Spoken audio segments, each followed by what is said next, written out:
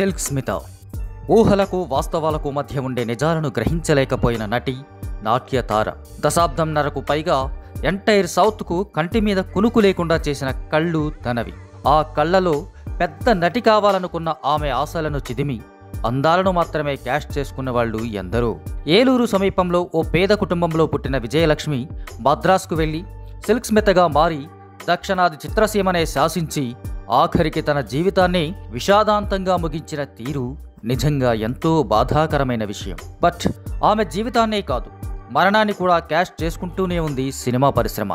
ఇప్పటికే సిల్క్ స్మిత జీవితంపై బయోపిక్ అంటూ ఎవరికి తోచింది వాళ్ళు తీసుకుంటూనే వెళుతున్నారు. తాజాగా మరో బయోపిక్ అంటూ తెరపైకి వస్తోంది.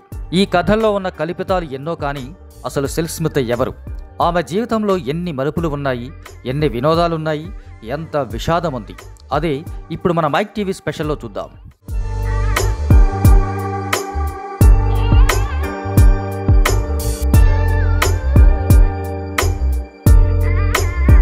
సిల్క్ స్మిత అసలు పేరు విజయలక్ష్మి.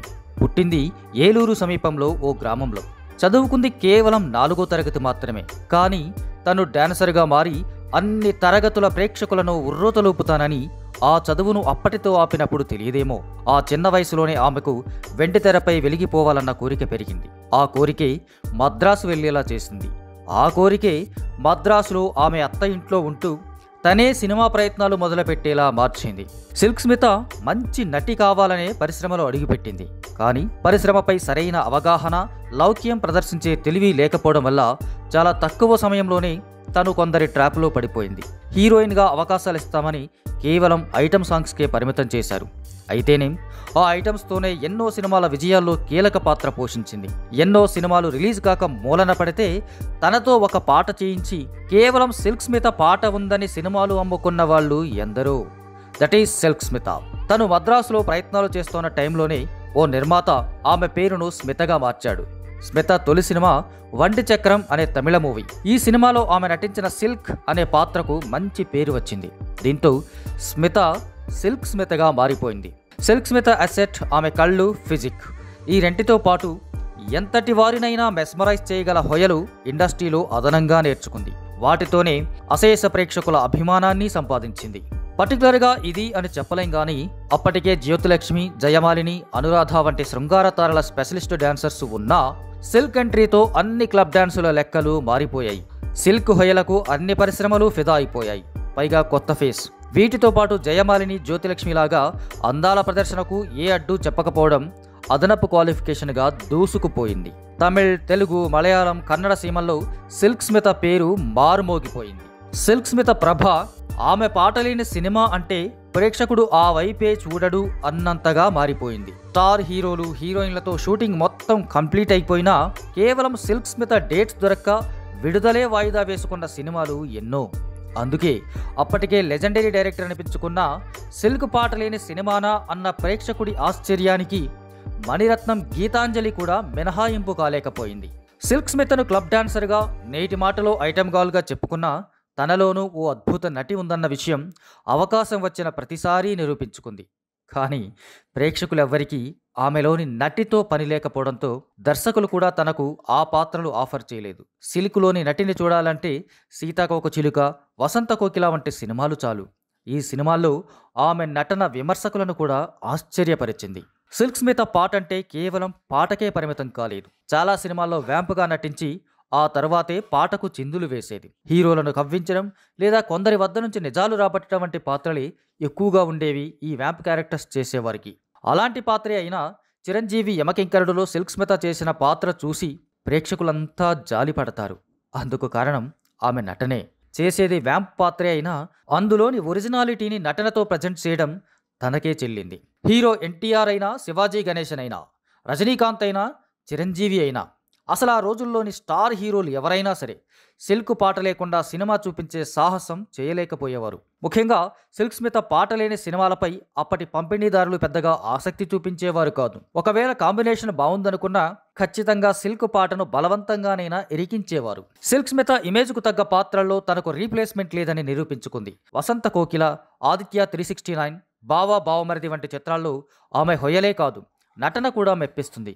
ముఖ్యంగా ఆదిత్య 369లో శ్రీకృష్ణదేవరాయల ఆస్థాన నర్తకిగా కృష్ణకుమారుడిపై మనసు పారేసుకునే పాత్రలు అటు పాటలో హొయలు, ఇటు నటనలో అసూయతో కూడిన మోహాన్ని అద్భుతంగా ప్రదర్శిస్తుంది. తనకు ఇష్టం లేకపోయినా బాబా బావమర్దిలో కృష్ణంరాజును వలలో వేసుకునే సీన్లు సిల్క్ స్మిత్ నటన చూస్తే ఆశ్చర్యం వేస్తుంది. మరోవైపు ఈ సినిమాలోని బావలు సయ్యా అనే పాట ప్రతి ఐటెం డాన్సర్కు ఓ డ్రీమ్ సాంగ్గా మారిపోయింది.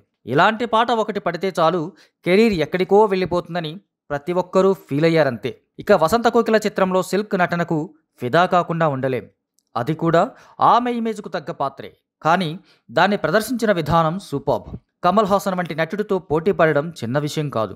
అందుకే ఈ సినిమా తమిళ నుంచి తెలుగులో డబ్ అయినా, హిందీలో రీమేక్ అయినా 3 చోట్ల సిల్క్ స్మిత నటన అన్ని భాషల విమర్శకులను మెప్పించింది. మలయాళంలోనూ సిల్క్ సూపర్ స్టార్స్తోనే నటించింది. అది స్పెషల్ సాంగ్ అయినా, సీన్ అయినా తనుంటే ఆ సినిమా రేంజ్ మారుతుంది. కానీ మలయాళంలో తను కాస్త శృతి మించింది అనే చెప్పాలి. దీంతో అదే మలయాళ సీమ ఆమె కెరీర్ను నాశనం చేసింది అనుకోవచ్చు. ఈ విషయంలో ఫలానా వారే కారణం అని చెప్పడానికి ఇప్పటికీ సరైన ఆధారాలు లేకపోయినా సిల్క్ స్మిత పతనానికి బీజం పడింది మలయాళ సీమ నుంచే అనేది నిజమంటారు కొందరు. జీవితం విలువ అన్ని పార్శ్వాలు అనుభవించిన వారికే తెలుస్తుంది. అది అంతులేని ఆనందమైన, మరణ మృదంగపు కాఠిన్యమైన అనుభవించిన వారికే తెలుస్తుంది. ఆ తరువాత వారి జీవితాలే చాలామందికి పాఠాలవుతాయి, ఏం చేయకూడదో చెప్తాయి. సిల్క్ స్మిత జీవితం కూడా అలాంటిదే. ఏలూరులో పేద కుటుంబంలో పుట్టిన విజయలక్ష్మి బ్రతుకు తెరువు కోసమే సినిమా రంగాన్ని ఆశ్రయించింది. ఒక్క ప్రేమ తప్ప సినిమా తనకు అన్నీ ఇచ్చింది, మరణంతో సహా. స్మిత దాదాపు సినిమా రంగంలోని ప్రతి చీకటి కోణాన్ని చూసింది. సిల్క్ స్మితగా తనే ఊహించని స్థాయికి ఎదిగింది.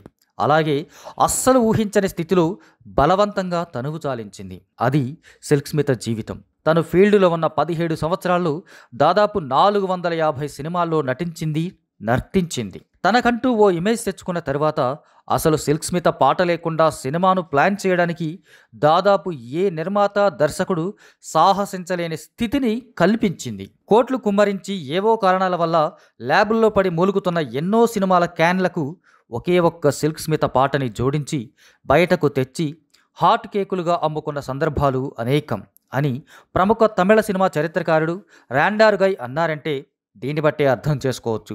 ప్రేక్షకుల్లో, ఇండస్ట్రీలో సిల్క్ స్మిత సొంతం చేసుకున్న పాపులారిటీ ఏ శిఖరాగ్రం చేరుకుందో. ఆర్టిస్టుల పర్సనల్ లైఫ్స్లో కొంత అలజడి ఉంటుంది. అది పెరిగితే అభద్రతకి దారితీస్తుంది. దాన్ని పారద్రోలి ధైర్యంగా అడుగు వేస్తే జీవితం ఏదో ఒక దరికి చేరుకుంటుంది. ఆ క్రమంలో వారు పరిస్థితులు మారడానికి చేతనైనంత ప్రయత్నిస్తారు. సాధ్యం కాకపోతే తమ జీవితాలనే అంతం చేసుకుంటారు. సిల్క్ స్మిత చేసిన పని కూడా అదే.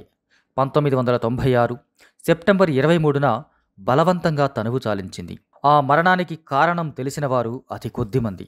వాళ్ళు చెప్పరు. తెలియని వారికి ఇప్పుడు ఆ రహస్యం అక్కర్లేదు. అయినా సిల్క్ స్మిత అన్న 4 అక్షరాల పేరు సినిమా ఉన్నంత కాలం ఉంటుంది. ఇది మాత్రం నిజం. అదే టైంలో ఆమె జీవితాన్ని ఇలా సినిమాల రూపంలో ఇంకొన్నాళ్ల తర్వాత కూడా వాడుకుంటూనే ఉంటారు. ఇది నిజం.